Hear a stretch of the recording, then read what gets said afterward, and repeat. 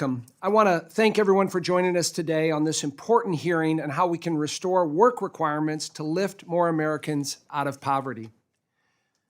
I currently represent the 16th District of Illinois, which covers central and northwestern part of our state.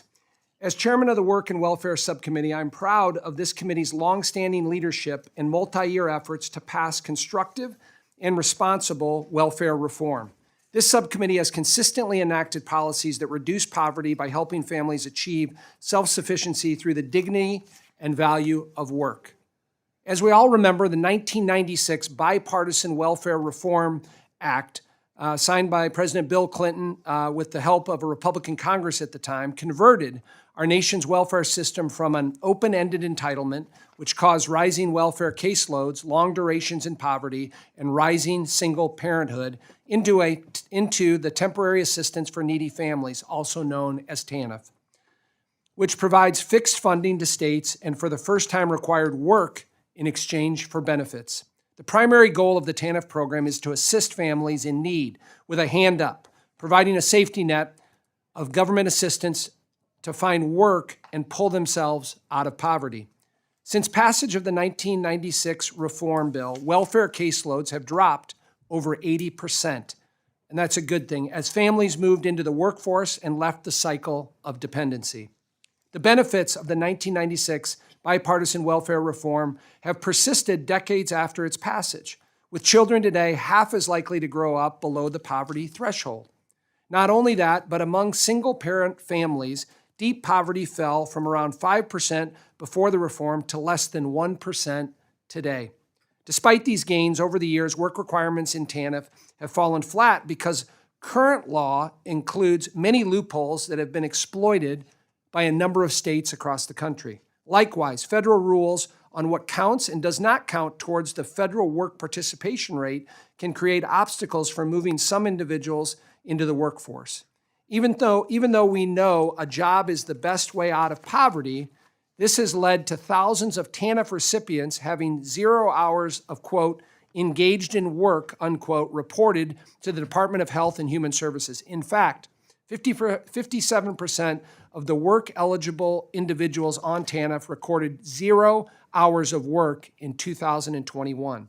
Ways and Means Republicans are dedicated to ensuring that there is accountability for federal taxpayer dollars across programs and that states are not able to game the system and avoid engaging their current TANF caseloads in opportunities for work. We want to find solutions to help states, localities, and caseworkers effectively work with low-income families to remove barriers and support self-sufficiency by equipping them with the skills they need to be successful in the labor market. The timing of this hearing and strengthening TANF work requirements could not be better. Today, there are nearly 11 million open jobs across the country, or 1.7 for every worker. Our country's employers and small businesses are clamoring for workers to fill these roles. Despite a growing economy and workforce participation rate, our workforce participation rate is currently 62.5%, still below the pre-pandemic level. Programs that lack work requirements, such as the temporary work-free cash payments Democrats provided through the expanded child tax credit last year, do nothing to address the underlying problems that may be holding a family back from success. We cannot have a safety net system that incentivizes government dependency by paying people more not to work. I'm proud that we have a support system in place, but it should be a trampoline, not a generational poverty trap. Ways and Means Republicans are dedicated to helping individuals on the sidelines move into the workforce and attain their full potential.